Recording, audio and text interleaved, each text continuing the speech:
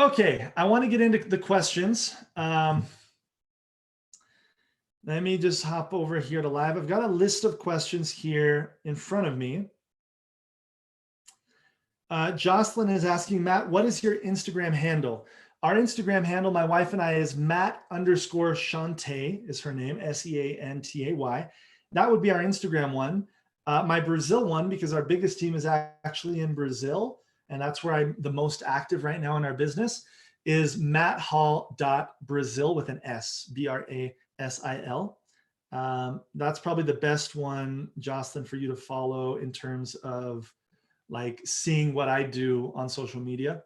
Would be the matthall.brazil one, but it's all going to be in Portuguese. So, okay. Other questions. I'm going to just go through some of these questions. Brienne Hess, did you start building internationally before you were online? Okay. This question probably comes from the fact that, man, my hair is poofy, guys. I need a haircut. I need this quarantine to end. This question probably comes because she knows that 80% of our business is not in the country where we live. My wife and I are addicted to international growth in doTERRA, to launching new markets and building around the world. Yes, building online for sure has opened up doors for us to build in other markets. But Brazil, for example, which is our biggest team outside of the United States, it's our biggest team, is that actually started because I lived there for 2 years of my life. So, you know, the majority of what my wife and I have built, like we've signed up hundreds of people online using online strategies, but we've also signed up hundreds of people that have been personal contacts of ours. So, but yeah, so I guess it would be a blend of both. Do you spend money on ads, Google, Facebook, etc.? Right now, no. I have spent a lot of money on Facebook ads, Instagram ads in the past. I'm currently not running any ads, and there are some reasons for that, but they do work. So you can absolutely run ads if you're willing to invest money. There are great strategies. I'm not going to go into that because it's a very complex topic. But right now, I'm actually not. I'm doing more manually in my business online than I ever have before. I used to do a lot of like automated webinars,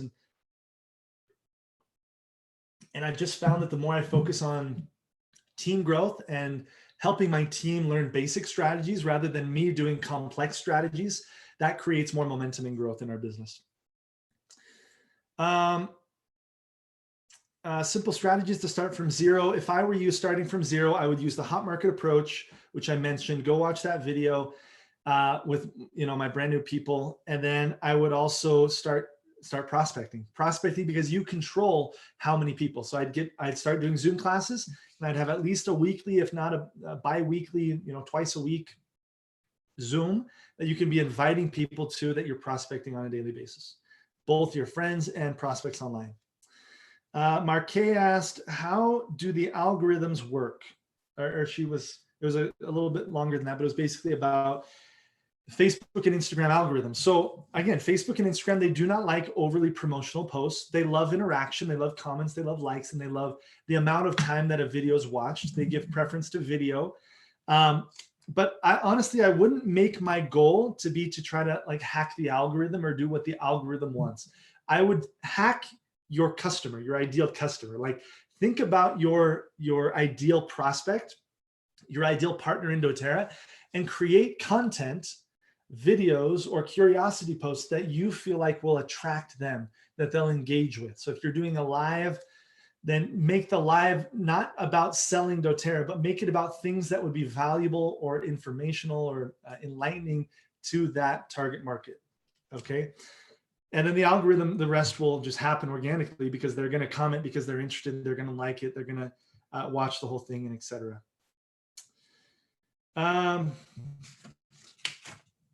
Let's see. Lorinda, how to approach people without seeming opportunistic? That's a great question.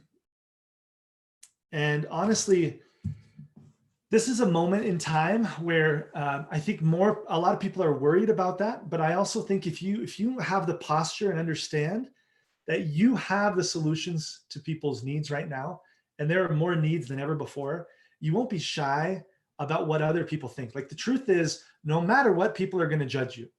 no matter what, somebody is going to look at what you're doing and they're probably going to say, oh yeah, Matt, he's just trying to do this, or that person's just trying, she's just trying to sell her oils or whatever it may be. But if you come from a place of service, then you're good. Like if you're good with you, then you're good, right? So there are things that you can do, and I'll give you some tips. But first, my first thing would be just don't worry too much about what other people think. Have good intentions and seek to serve, and you're going to have success.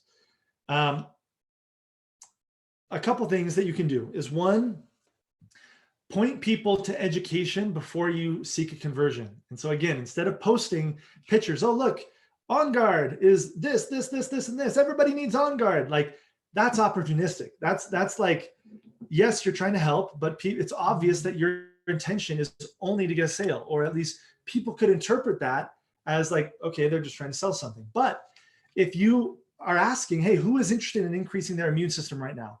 I've recently learned some tips that I'd love to share with you. And you get people to raise their hand. Yes, me, right? It's the same thing that I did before doing this live. I said, hey, who out there would be interested in these tips? Boom, boom, boom, boom, boom. Did you see the amount of comments of people who are interested? You get people to raise their hand, and then you point them to information. And I'm not selling anything here today, but I could if I wanted to, right? But you would then, this is the version of the class, right? So you get them to raise their hand, and then you invite them to the class. They watch the class, and then if you want to, you can sell the oils at the end of the class, right? But the idea is creating a curiosity post, getting people to raise their hands that they want the benefit, and then you invite them to the class, and the class is where you talk about the vehicle that takes them to the destination that they want.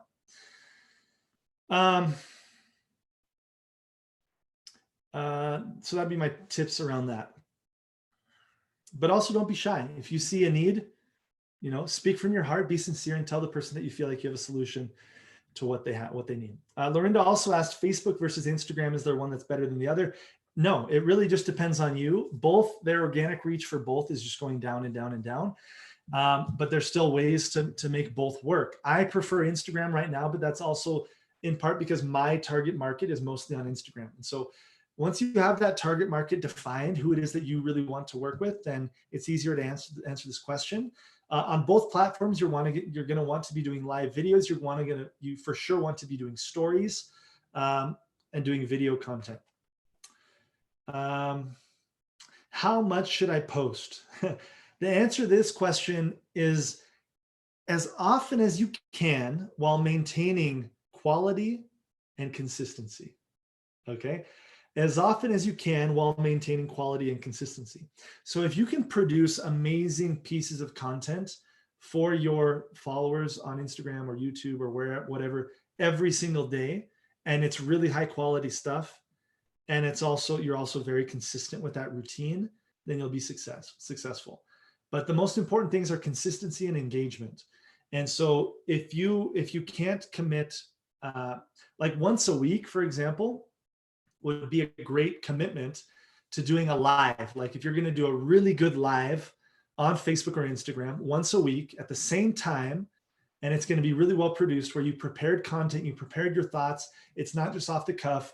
You're providing true value that creates curiosity. That's ideal. That's better than posting every single day for 2 weeks and then disappearing for 2 or 3 months, right? And I say this as somebody who struggles with the consistency aspect, because I am so excited about so many different things that I personally have struggled with that. But that's the answer to the question of how often should you post, is as often as you can while maintaining consistency and quality.